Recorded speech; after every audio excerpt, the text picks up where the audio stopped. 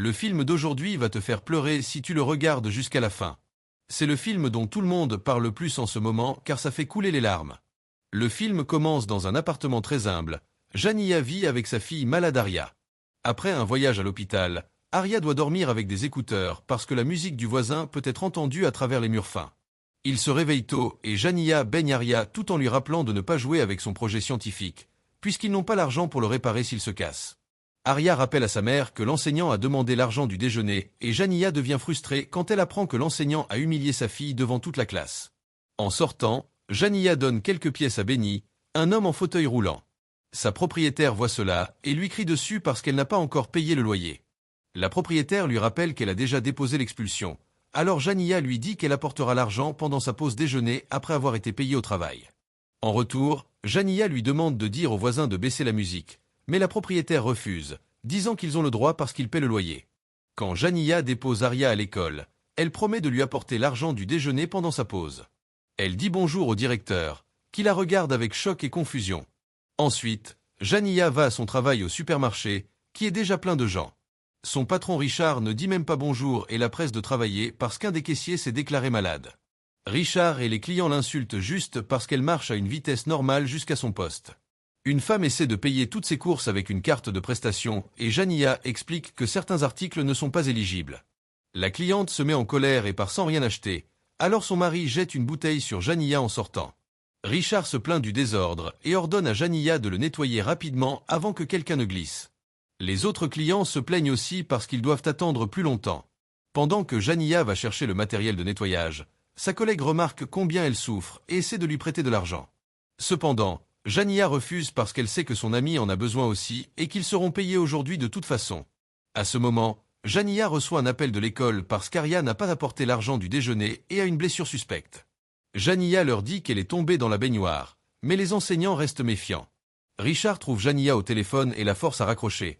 Alors Jania le supplie jusqu'à ce qu'il accepte de lui donner une pause de 30 minutes pour qu'elle puisse se précipiter à l'école pour résoudre le problème. Elle lui demande aussi son salaire, mais il refuse. Ensuite, Jania s'arrête à la banque pour retirer ses derniers 47 $ pour le déjeuner d'Aria, mais le distributeur indique « fonds insuffisants », même si elle a de l'argent sur son compte. La directrice Nicole explique que les distributeurs ne donnent pas d'argent si cela laisse le compte avec moins que le minimum requis pour le maintenir ouvert. Jania choisit de fermer le compte, mais pour ce faire, elle doit attendre dans une très longue file, alors elle part sans rien. Ensuite, Jania arrive à l'école et crie quand elle voit sa fille emmenée par les services de protection de l'enfance.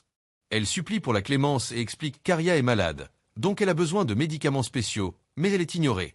Jania se lance dans une tirade, expliquant comment elle travaille à 2 emplois alors qu'elle fait une crise et entend un son strident dans ses oreilles comme si sa réalité s'effondrait. Après avoir pris le sac tombé d'Aria, Jania retourne au travail sous la pluie. Elle est tellement pressée qu'elle coupe accidentellement Oliver et manque de s'écraser. Oliver lui crie dessus et jette une boisson sur sa voiture. Jania continue d'avancer, mais Oliver dit qu'il la fera regretter et commence à la suivre. Soudain, il heurte sa voiture avec la sienne, ce qui la fait déraper sur l'eau. Jania arrête le véhicule avant que quelque chose n'arrive, mais ensuite elle ne peut pas le redémarrer.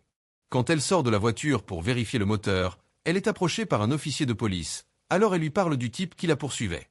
Cependant, Oliver s'avère être un policier aussi, alors il menace Jania de trouver un moyen de lui tirer dessus légalement. Après que le policier a éloigné Oliver, elle demande à Jania ses documents, qui sont expirés. Jania explique désespérément qu'elle les renouvellera aujourd'hui après avoir été payée, mais le policier met quand même sa voiture en fourrière. Jania n'a d'autre choix que de rentrer à pied. Richard lui crie immédiatement dessus parce qu'elle est mouillée et a pris 2 heures au lieu de 30 minutes, alors il finit par la licencier. Quand Jania demande son salaire, Richard lui dit méchamment que les employés licenciés reçoivent leur chèque par la poste et refuse de le lui donner, même quand elle souligne qu'il est juste là sur son bureau. Ensuite, Jania rentre chez elle et trouve toutes ses affaires mouillées dans la rue parce que sa propriétaire l'a expulsée. Jania ne peut que crier de frustration tout en essayant de ramasser ses affaires. Quelques minutes plus tard, elle retourne au magasin pour dire à Richard qu'elle ne partira pas sans le chèque. À ce moment, un homme entre dans le bureau et lui demande quelque chose à propos d'un produit tout en utilisant son nom parce qu'il le lit sur son badge. Soudain, il sort une arme, alors qu'un deuxième voleur apparaît et il force Robert à leur donner tout l'argent du coffre. Ils veulent le sac de Jania pour cacher l'argent, mais elle se bat parce qu'il contient les médicaments d'Aria. Après beaucoup de luttes, Jania réussit à prendre l'arme du type et lui tire dessus, alors l'autre voleur s'enfuit. Robert lui crie dessus et l'accuse d'avoir organisé cela parce que le voleur connaissait son nom, alors il appelle la police.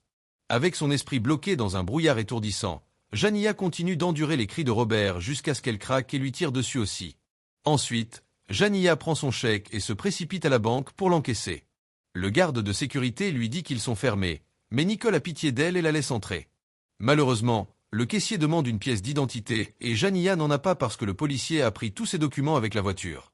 Elle explique sa situation, mais l'employé refuse de l'aider, alors Jania craque à nouveau et révèle qu'elle a toujours l'arme. Le caissier appuie sur le bouton d'urgence et bientôt Nicole reçoit un appel des autorités. Elle décrit Jania pour eux et leur dit qu'elle a une bombe parce qu'elle a confondu le projet artistique d'Aria avec une bombe. Pendant ce temps, les détectives Raymond et Grimm examinent la scène du crime dans le magasin et les actions de Jania sont clairement visibles sur les enregistrements de sécurité. Quand ils interrogent les employés, l'ami de Jania la défend et essaie d'expliquer qu'elle ne ferait jamais quelque chose comme ça. Cependant, elle est tellement bouleversée que son amie ait des ennuis que Grimm pense qu'elle cache quelque chose. Raymond pense qu'il y a plus dans l'histoire et l'envoie chercher plus d'indices. Ensuite, les détectives interrogent la propriétaire de Jania tout en regardant ses affaires dans la rue.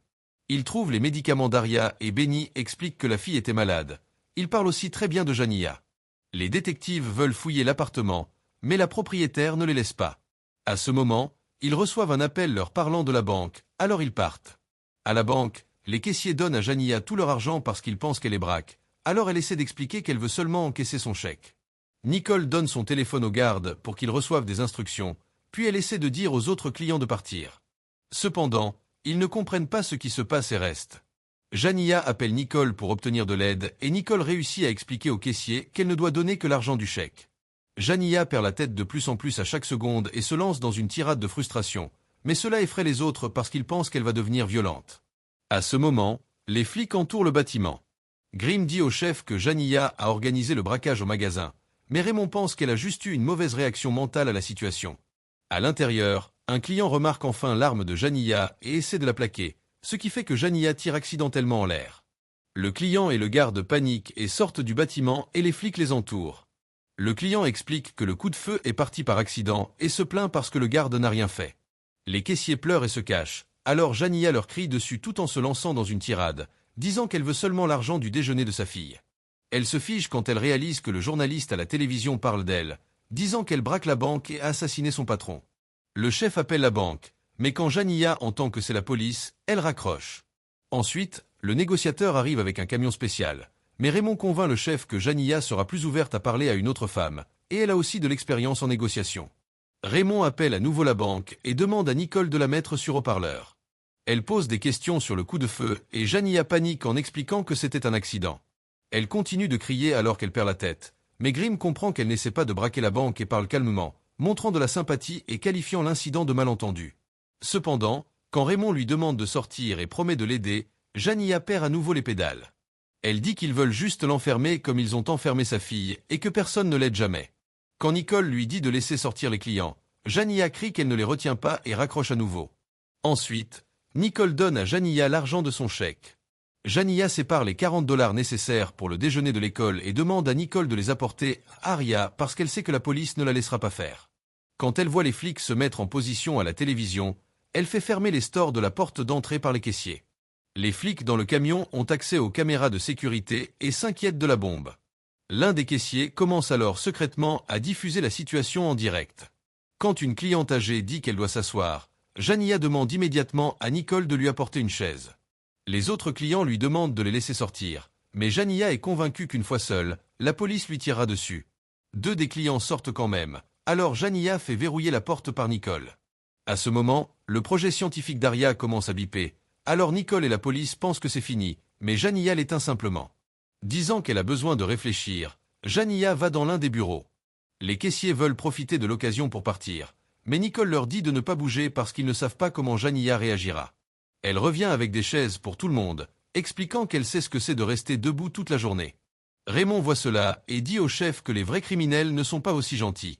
Un flic entre dans le camion en disant qu'ils ont obtenu les plans de la banque, alors il veut entrer avec des grenades aveuglantes.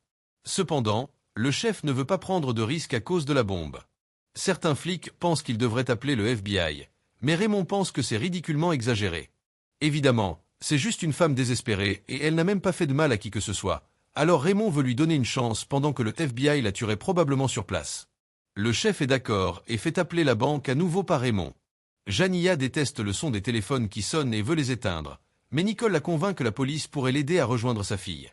Dès que Jania décroche, elle commence à expliquer toute la situation et Raymond comprend enfin pourquoi elle pense qu'ils ne l'aideront pas. Jania se souvient d'Oliver et pense qu'il est là pour lui tirer dessus comme il a promis. Elle mentionne ce qui s'est réellement passé pendant le braquage du magasin, le problème avec son chèque, les médicaments de sa fille et la blessure, ses 2 emplois, ses expulsions et tous les autres détails de sa vie terrible. Puisque le téléphone du caissier diffuse toujours, la vidéo devient virale et les gens partout dans la ville commencent à avoir de la peine pour elle. Une Raymond en pleurs montre sa compréhension en partageant qu'elle a grandi dans une situation similaire et promet de l'aider, mais elle doit sortir. Cela rend Jania folle à nouveau, et elle dit qu'elle ne sortira pas tant qu'il y aura des flics dehors, puis elle raccroche. Raymond est dévasté parce que cela touche tous ses problèmes personnels, et elle doit sortir du camion pour prendre l'air. Quand le chef découvre que Jania est enregistrée, il ordonne à ses hommes de brouiller le signal. En même temps, Jania réalise que les caméras de sécurité sont allumées et demande à Nicole de l'emmener au commutateur.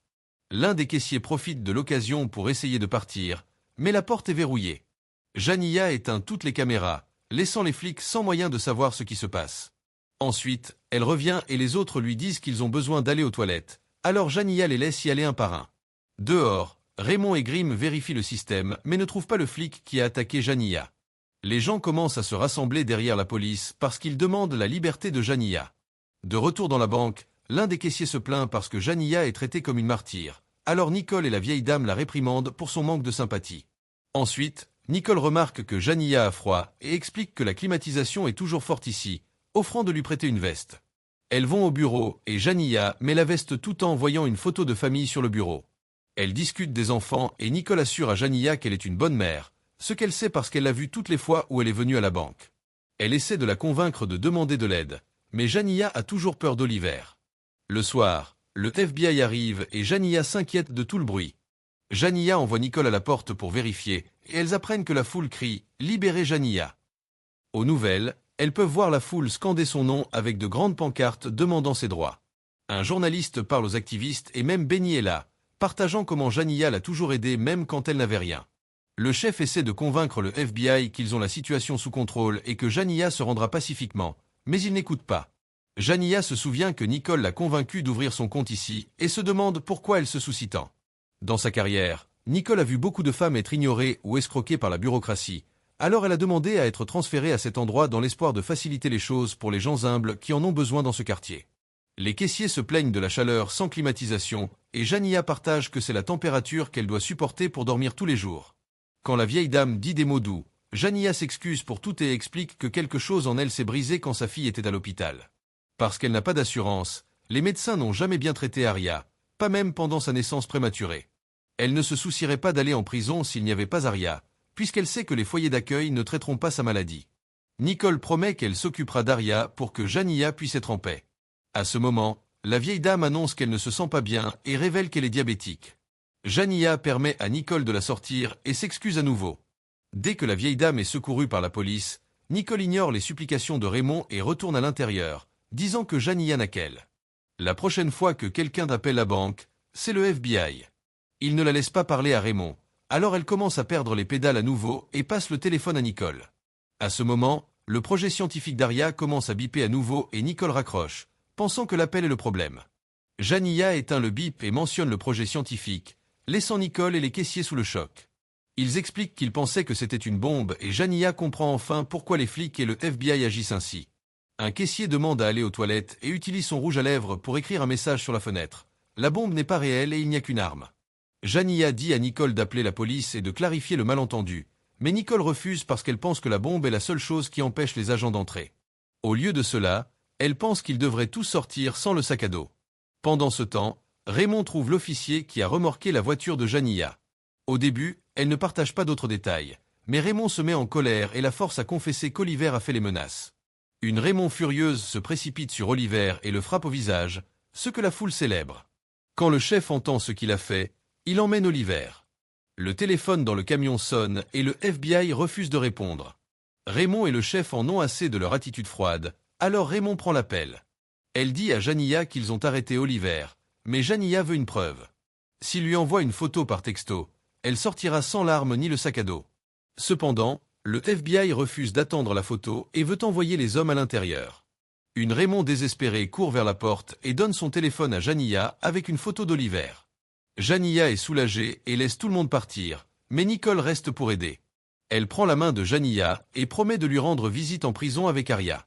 À ce moment, Janiyah reçoit un appel de sa mère, qui a été visitée par le FBI. Janiyah commence à parler de tout ce qui s'est passé, et sa mère l'interrompt pour lui rappeler qu'Aria est morte. Il s'avère que la fille n'a pas survécu à une crise la nuit dernière, et Janiyah a halluciné sa présence, l'appel de l'école et les services sociaux emmenant Aria. Nicole a été informée par la police au téléphone, mais n'a rien dit pour ne pas aggraver les choses. Pendant que Janiyah essaie d'accepter cela, le FBI enfonce les portes et le puits de lumière pour abattre Janiyah. Cependant, cela aussi est une hallucination et Nicole l'aide à en sortir. Ensuite, Nicole guide Janiyah hors du bâtiment avec les mains en l'air. Raymond est également douce quand elle l'arrête et Janiyah est emmenée dans une voiture de police pendant que la foule continue de montrer son soutien. Alors voilà, nous sommes à la fin de ce film. Dites-moi en commentaire si ça t'a fait couler les larmes aussi. Et surtout n'oubliez pas de vous abonner pour ne pas manquer mes prochaines vidéos.